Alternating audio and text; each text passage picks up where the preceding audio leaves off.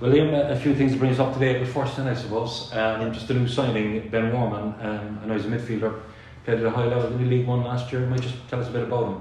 Yeah, he's 22, 21, 22 next month, I think. At this month, good player. He's played, as you said, quite a few games, especially at that age. Comes recommended from where I'm at, so he'll be a good signing for us. Yeah, a bit of quality, you reckon? Yeah, he'd be definitely good on the ball.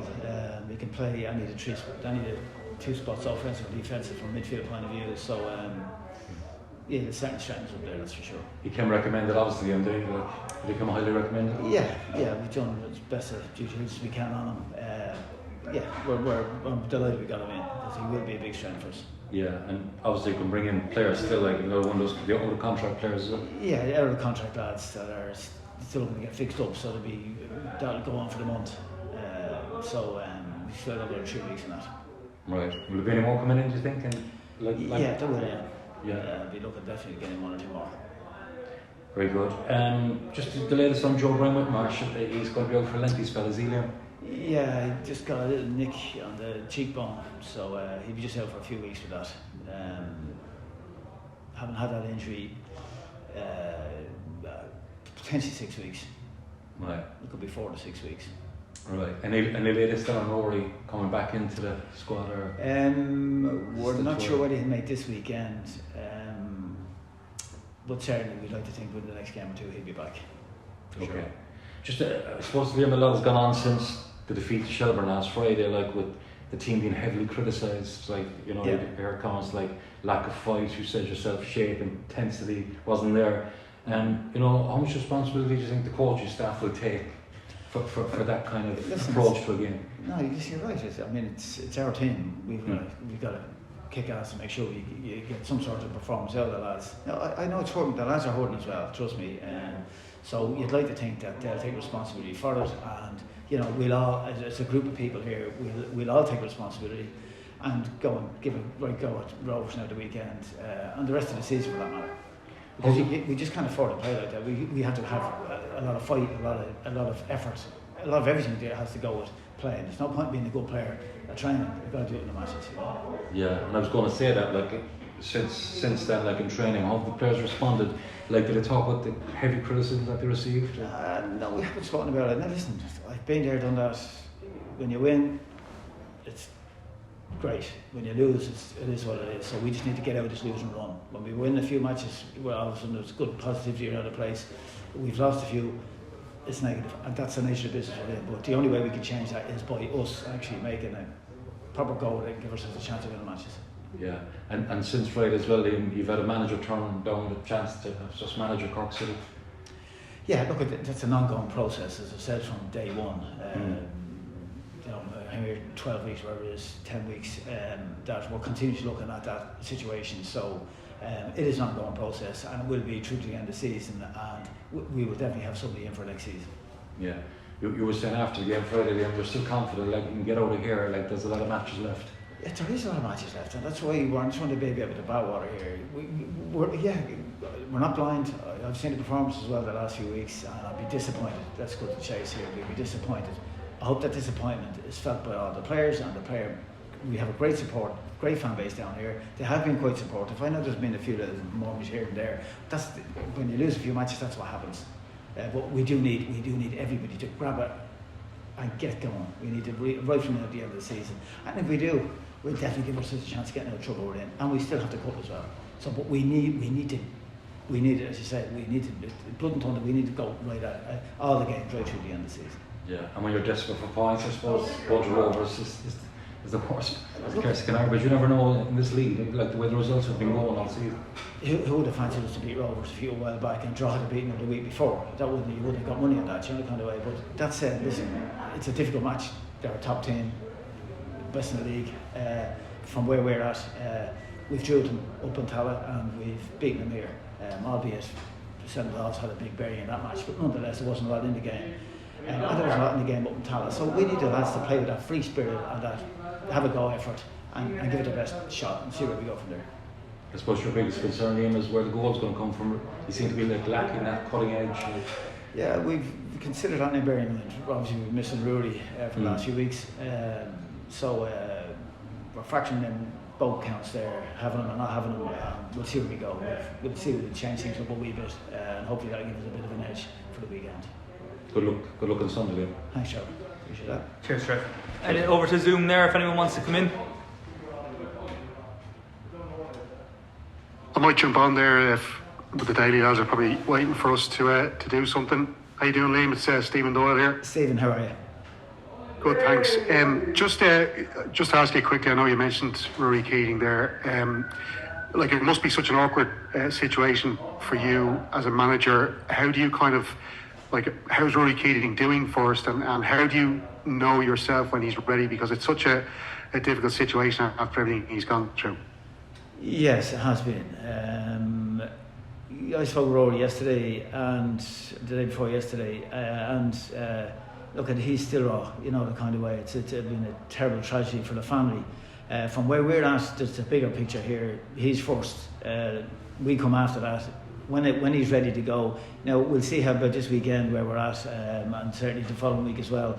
But I do see Rory. I think he's coming around to getting back into playing again, because it was an emotional last few weeks for him, the kind of way as it has been for his family and whatever. So it'll be Rory's call when he comes back, and we'll see how it goes for this weekend. Just on the Kevin Doherty situation, which you spoke about just there, is it a bit of a blow considering that you can offer him a full-time setup there at Cork City? Drogheda's obviously in a different situation. Has it been a major blow not to get him as a target?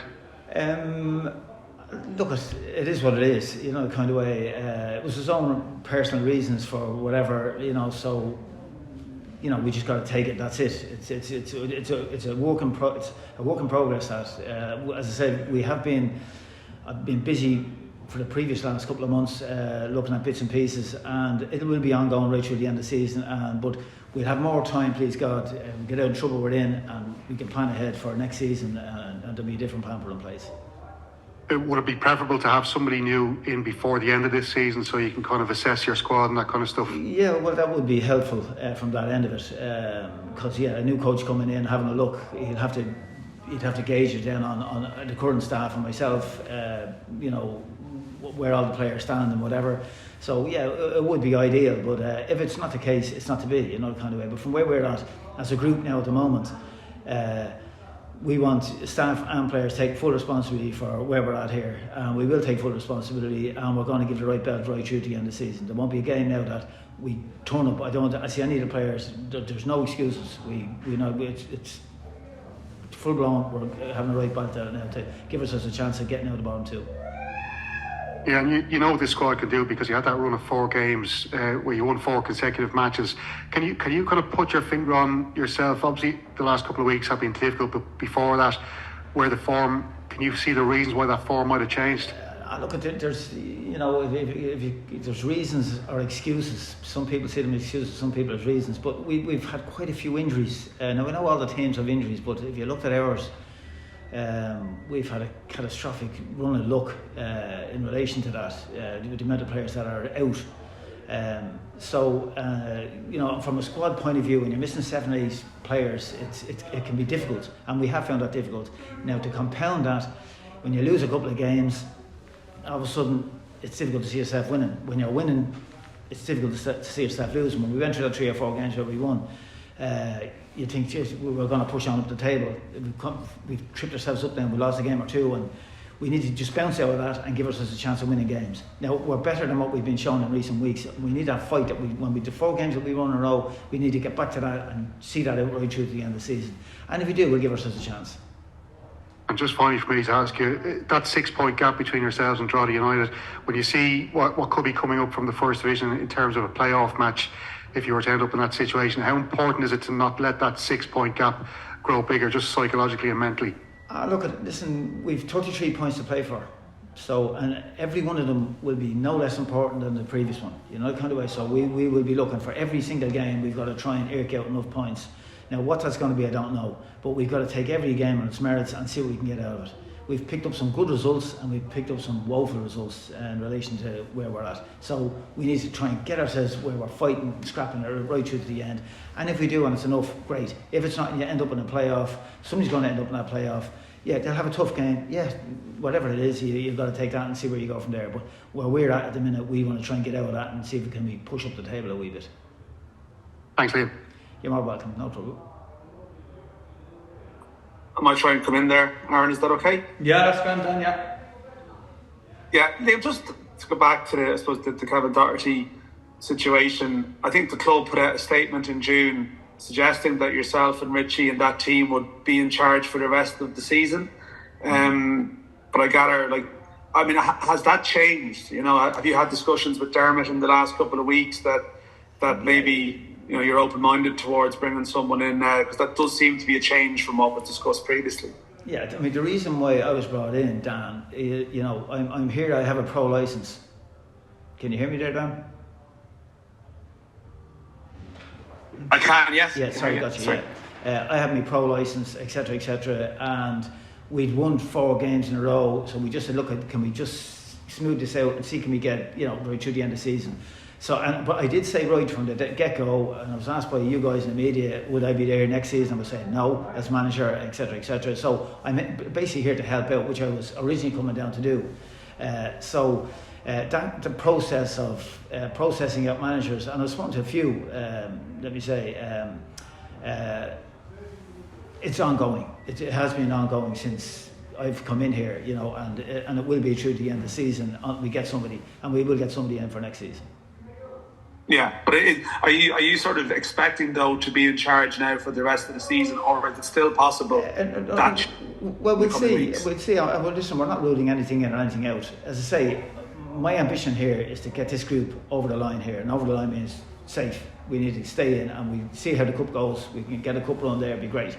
So, but in the meantime, it's, as I say, it is a work in progress, and we are processing out bits and pieces from there. Okay, thanks Liam. Okay, that's no problem. Anyone else have anything there? Sorry, I might jump in, Aaron. Yeah, no bother, Neil. Cool. So just a bit more match specific in terms of Rovers. What have you made of them over the last while, just in terms of I know they're playing tonight, obviously, but 6 games without a win between Europe and domestically. Yeah, the European games they can be tough, having been there. But look, they're still favourites to win our league. They have a great brand of football that they play from where we're at. They've had a few injuries for quite a bit this season, and that can be difficult as well, in relation to picking up points and whatever. But listen, we know we're going to Tallaght. It's a very difficult place to go to.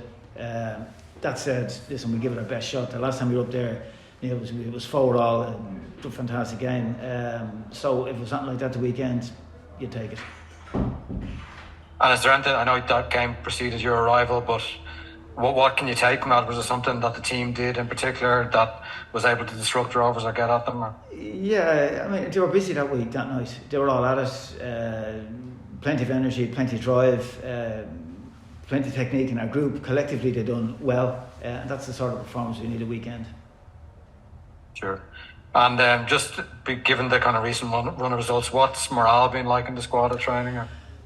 Listen, the training hasn't been an issue, kind of way. Once you get into training, they're all training well. We just need to take that onto the pitch, and the players have to take responsibility along with all those staff about our performance. So to that end, we do require everybody to make sure they put in a big shift the weekend and the following weekend, right through to the end of the season, because we're in a position we don't want to be, and it's still there to play for. So there's plenty of points. As I said, we've 33 points to play for from where we're at. So let's see how it goes. But we need to make sure we dig in and give it a performance that's been better than recent.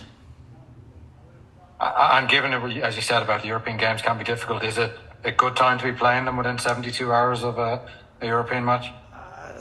I wouldn't take that into account, to be honest with you, because if you get 48 hours, you're fully recovered, the kind of way. So unless it's you're picking up a dead leg or an injury from the match, the kind of way. But from an energy point of view, I don't see that being an issue for them getting through the 2 games. Sure. Thanks very much. No problem, Neil. Liam, how are you? Just Paul O'Hare here. Paul, how are you?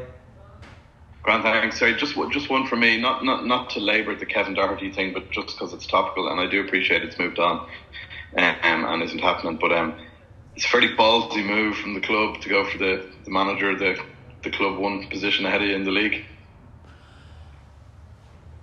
Well, I wouldn't call it ballsy.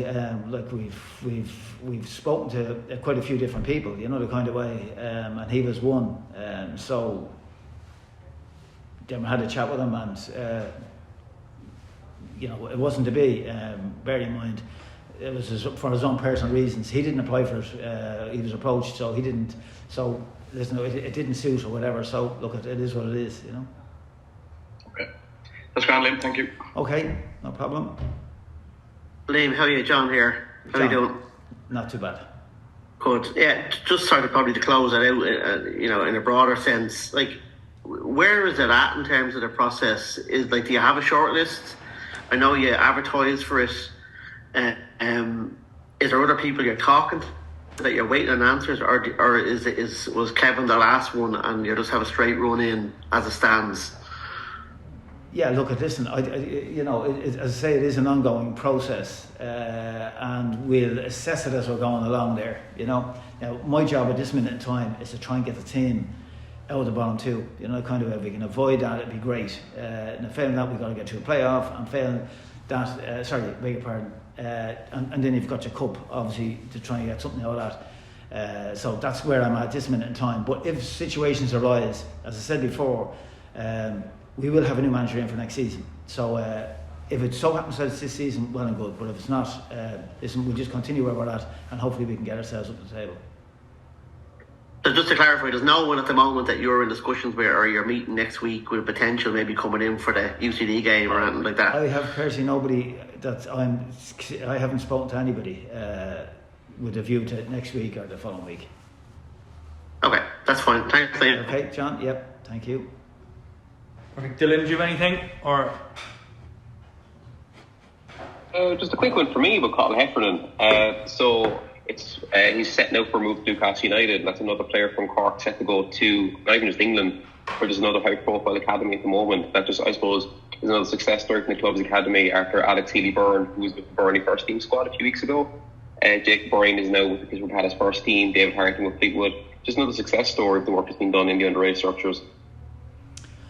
Yeah, and there's still another few young kids coming through as well, you know, kind of way, which is a testament to the amount of work that's been done by the coaches and the staff. Liam Kearney's done a great job there, and yeah, it's great to see all those guys doing well. And like, when it comes to sell-on clause, I know City will be getting something out of it though, but have you any idea what yourself what the clause is in the contract? I have absolutely no idea. Bearing in mind I'm here in Cork only a couple of months, you know, the kind of way, so but listen, if it is a bit of business from the club's point of view, fantastic news. Great for the players as well, that they get these opportunities. So long may it continue. As I said, the academy, it's a testament to the amount.